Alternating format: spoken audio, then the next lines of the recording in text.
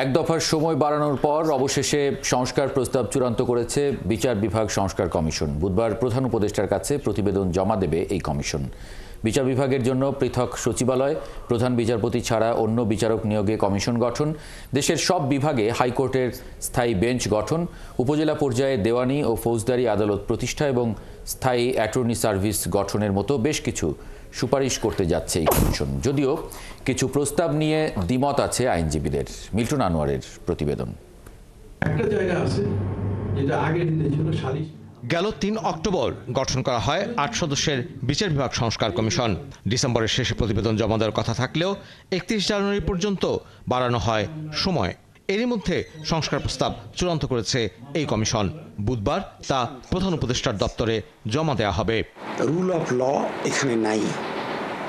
মানুষের fundamental right হর হামেশা লঙ্ঘন হচ্ছে। ক্রস ফায়ারের নামে সংবিধানের মৌলিক অধিকার চ্যাপ্টারের কবর রচনা করা হয়েছে।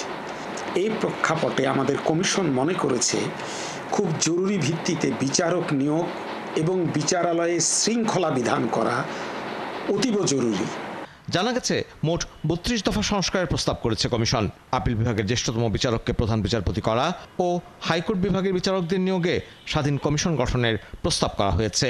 বিচারপতি নিয়োগের ন্যূনতম বয়স ৪৮ ও অবসরের বয়স ৭০ করার প্রস্তাব করা হয়েছে। সুপ্রিম কোর্টের বিচারকদের শৃঙ্খলা ও জবাবদিহিতা নিশ্চিতে সুপ্রিম জুডিশিয়াল কাউন্সিল গঠনেরও প্রস্তাব থাকছে।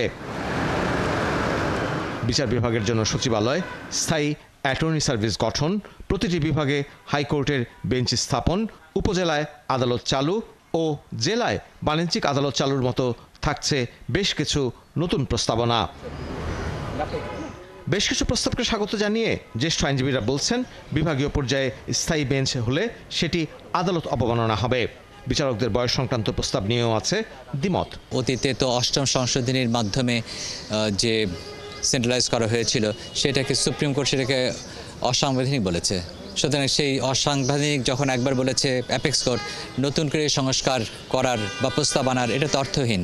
যাদের বয়স ৪৮ হয়ে গেছে তাদের মধ্যে অত্যন্ত সামান্য সংখ্যক আইনজীবী পাওয়া যাবে যারা বিচারক হতে চাইবে, কারণ তারা ইতিমধ্যে এস্টাবলিশ হয়ে গেছে, তাদের এখানে জমজমাট প্র্যাকটিস হয়ে গেছে, পাবে না। বিচারক নিয়োগে আইনজীবীদের মতামত উপেক্ষা করার সমালোচনা করেছেন আইনজীবী সমিতির সভাপতি ব্যারিস্টার মাহবুব উদ্দিন খোকন। সরকারটা হলো বর্তমান সরকারটা হলো বৈষম্য বিরোধী সরকার। তারা আইন করছে, সেখানে বৈষম্য রেখে দিল। বিচারক নিয়োগের জন্য যে নীতিমালা করছে সেখানে আইনজীবী বিচারকদের প্রতিনিধি হাইকোর্টে যিনি বিচারক থেকে হাইকোর্টের বিচারপতি হয়েছে, যিনি সিনিয়র জাজ, উনি থাকবেন তাকে প্রতিনিধিত্ব করার জন্য। আর আইনজীবীদের কোনো প্রতিনিধি নেই। এটা আনফর্চুনেট। এটা এটা বৈষম্য, এই আইনটাই হলো বৈষম্যমূলক আইন হয়েছে। বিগত সরকারের সময় বিচার বিভাগ দলীয়করণে যারা সহায়তা করেছে তাদের বিচারের আওতায় আনা না হলে এই সংস্কার কাজে আসবে না বলেও মনে করেন তিনি। যে প্রস্তাবটা শোনা আসছে এটা অসম্পূর্ণ আমি মনে করি। মিল্টন আনোয়ার, ৭১, ঢাকা।